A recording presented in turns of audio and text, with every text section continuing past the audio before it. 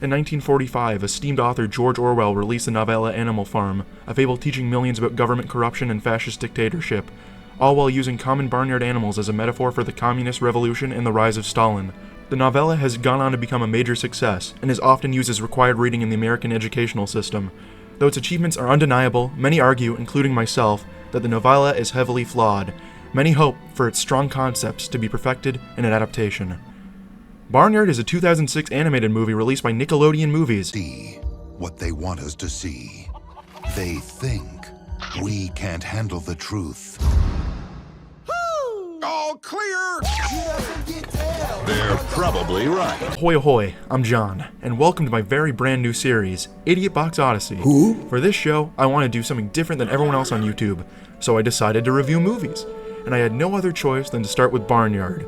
You see, when I was but a wee kid, growing up on a dairy farm, there was few media I could truly relate to. Toy Story? I didn't have no toys as a kid, all I had was field. That was until I was introduced to the movie Barnyard, which finally answered the question that kept me up at night. What were those big dumb cows doing while I was asleep? Turns out they were fucking gambling. We should have known! Truly to this day, Barnyard holds a special place in my heart, right next to the strange growth that I haven't told my doctor about.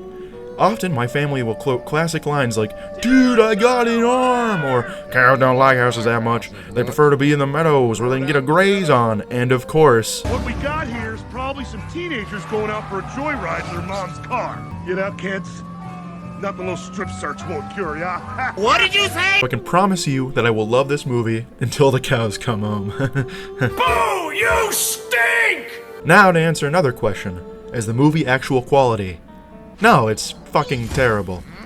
Okay, before I start dissecting this movie like a goddamn frog, I should probably give you a basic rundown. Kevin James is a cow. His father, Sam Elliott, is the wise leader of the titular Barnyard, where he keeps them in check and makes sure they follow the big rules and don't get caught acting human by the absolute unit of a farmer who just happens to look like a Goomba. Ben's rules is the closest it ever gets to Animal Farm, but the rules are not as instructed as, let's say, harshly as the original Like Orwellian George horror. Orwell's. So Ben is basically like the old Major equivalent, but his son, get this, Kevin James, is a cow. And where his father is a stern great leader, Otis is a fucking junkie.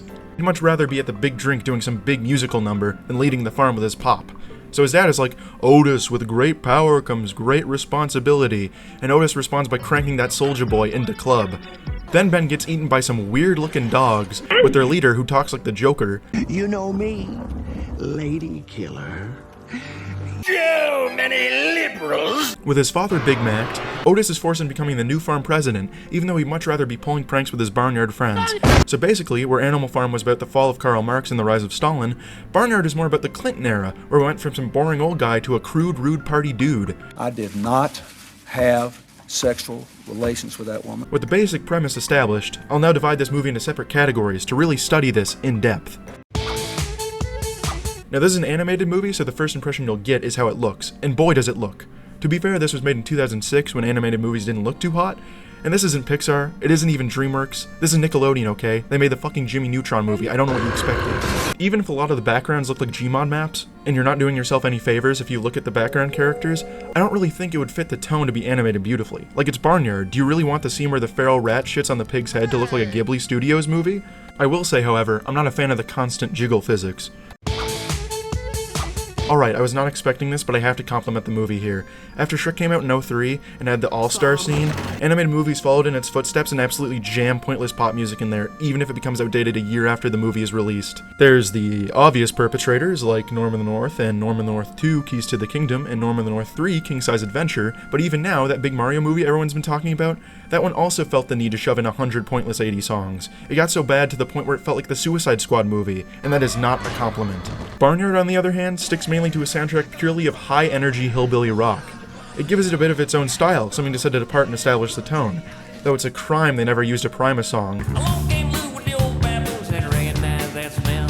It smells like 7-Eleven. That baby baby. I mean, I expect you to be almost family already with this lovable ensemble, but I'll go through them. Each character brings so much depth and makes this Barnyard feel like a real lived-in world. Take the famous character Freddy the Ferret. He's a ferret, and he has a friend who's a chicken. He also wants to eat his friend who is a chicken. Boom, 3 different character traits. That's a 3-dimensional character right there, baby. Okay, in all seriousness, the characters aren't too bad for the movie they're in. Kevin James basically just plays himself, doing his standard awkward old man rambling stick. Pip the Mouse is just the stock annoying over-talkative sidekick. Peck is a Poindexter, the pig is fat, and he's actually pretty funny. Wanda Sykes is Wanda Sykes. Now Miles the Mule, he's one of the most base characters in the entire movie. He's as wise as Ben, but instead of using that to help the group, he just kind of sticks to himself and messes with the other animals. He's basically the Mike Ehrmantraut of the Barnyard universe. Ben was also pretty cool. He had this one scene where he sings a song on the guitar and kills people, and people like it a lot. To me though, he didn't really do much other than die. Now another big problem in modern animated movies, or most movies, is the forced love interest. But in recent memory, there's been a lot of great love interests in animated movies that added a lot to the story more than just a pair of lips for the protagonist to kiss at the end. Where does Daisy fit on the spectrum? Well, let's first look at her design. A cow that looks like every other cow in the movie, just with a pink bow, like Miss Pac-Man. Great.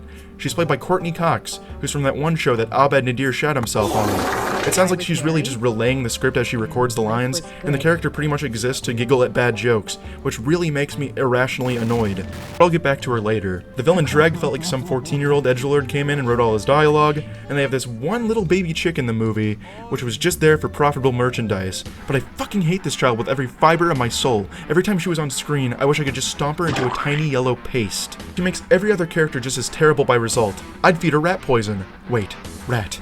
Oh yeah, Biggie Cheese. Biggie Cheese is the best fucking character in fiction. He's a big fat rat and he sings Mr. Boombastic. I fucking love Biggie Cheese with all my heart, and his mere presence rescues any sin that stupid yellow cretin caused. God bless you, Biggie Cheese. Anywho, yeah, the characters aren't much, but their real main purpose is just to tell jokes, and they mainly work for that. Speaking of jokes, that brings me to my next section. I think of all aspects, the jokes in the movie are the most defining trait of Barnyard. When I think back to it, I think of the jokes.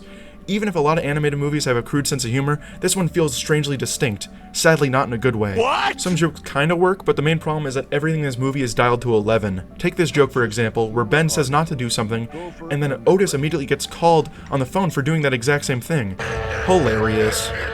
But instead of just telling the joke and moving on, they make it go on forever with these racist gopher characters. Like it wasn't funny before, but now the joke just feels muddled and confusing. Wait, who made this anyway? There's something familiar about the comedy style. And I like to think of movies as a way into the minds of the director, so I better look this guy up. Steve Odenkirk? Like Bob Odenkirk? Damn, maybe this was the inspiration for Chuck McGill. He defecated through a sunroof. What else did he make? Oh no. No, take me back, take me back. No. Yeah, the same guy who made Barnyard also directed and starred in Kung Pao Enter the Fist, which feels kind of like Airplane, but instead of the masterful deadpan humor, you're left with the most punchable man screaming in your face. It's easy to see the connection, because a lot of this movie feels like it's begging you to laugh, but you never do. However, I did find it funny when I was a kid, and my family find it funny too, and they're the real demographic, right? I'm a pretentious film student who only expects his comedies to be cream of the crop, like Mr. Young.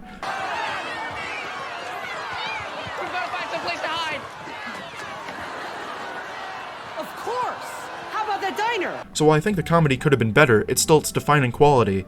And there's actually some funny parts here and there, like when the farmer catches them and they kill him and they argue over what to do with the body, or the extended farm shenanigans scenes. They have a lot of cute visual jokes.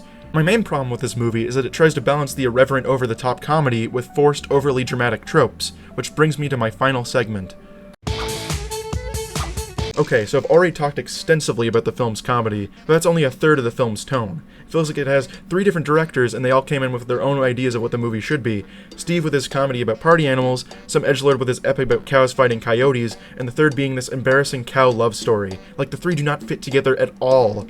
You know, I know I always said that I wasn't you, and I'm not. But I wish I was. Now I know that comedy movies can have serious scenes. In fact, most of my favorite comedies have an emotional core to them. But this trick is to structure it and make it all fit together. This movie is all over the map. Like when it becomes a big coyote revenge tale that suddenly feels like The Lion King, and in The Lion King, while there was some comic relief like the Rowan Atkinson bird and the funny gay couple, Timon never shat on Pumbaa's head, you know? That was only in Lion King 1.5. Film structure is easily the messiest part. Let me roll back to the events as they take place. It starts with us being introduced to the characters in the world's universe. Animals be partying and everything's a big joke. Ben has a serious talk with Otis, fucking dies, and then immediately Otis has to be the new leader, and he's really bad at it. You'd think they'd just spend the rest of the movie on Otis growing and learning as a leader, but no, he just gives up and fucks off. The movie then spends like 30 minutes on this joyride scene where they steal a car, drink and drive, and mentally scar an obese child. And while it's one of the most memorable scenes in the movie, it detracts from the scenes after, where Otis and Daisy have an important talk, and Otis vows to save the chickens from the coyote gang. In a movie like Animal House, you can have long scenes where the characters just mess around with a horse, and it adds little to the overall story, because that movie isn't about the story, it's about the hijinks. So when most of the movie is like this... Hey, Pig. I think there's a dead bee in your nostril. Oh. Well, it's not dead. It then feels creepy when it has the ending with the dancing star baby and it feels so important. I think the movie really just should have focused on Otis having to take control of the farm. Like, at the end, they just kill the coyotes, but what does that have to do with leadership? They just kill a bunch of people to save others. That's more protecting people than leading the farm, like Ben did. What if instead Otis again had to lead the farm? He was really bad at it at first, but then over time he grows better at it. Maybe he uses his own strengths like his charisma and his fun-loving nature to benefit the farm. Then something goes wrong in the third act, of course, and everything falls apart, but Otis, having learned responsibility, makes everything right in the end. Maybe instead of the Joker dog and his cohorts, maybe the villain could have been a bunch of posh artisanal cows from down the road, who looked down on the Barnyard's party lifestyle.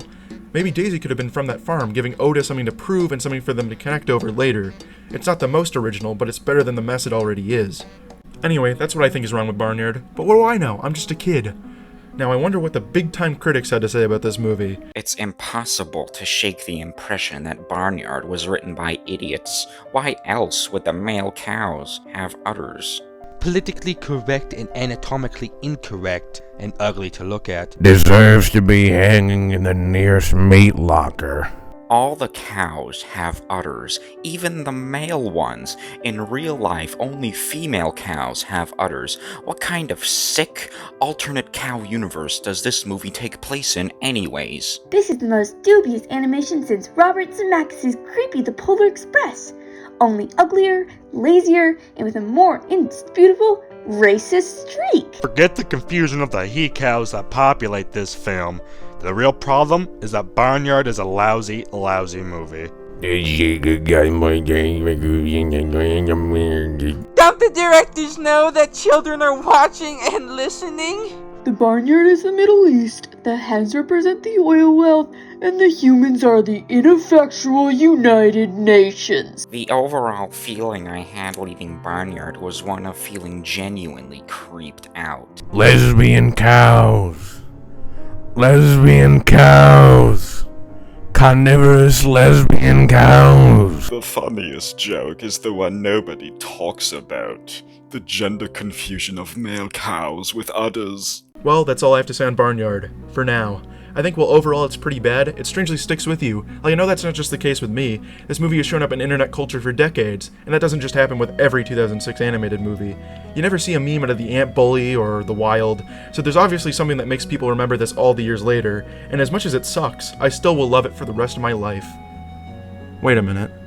Does that male cow have udders? Never mind, the movie's a complete piece of shit. Cut a slab of melon and pretend that you still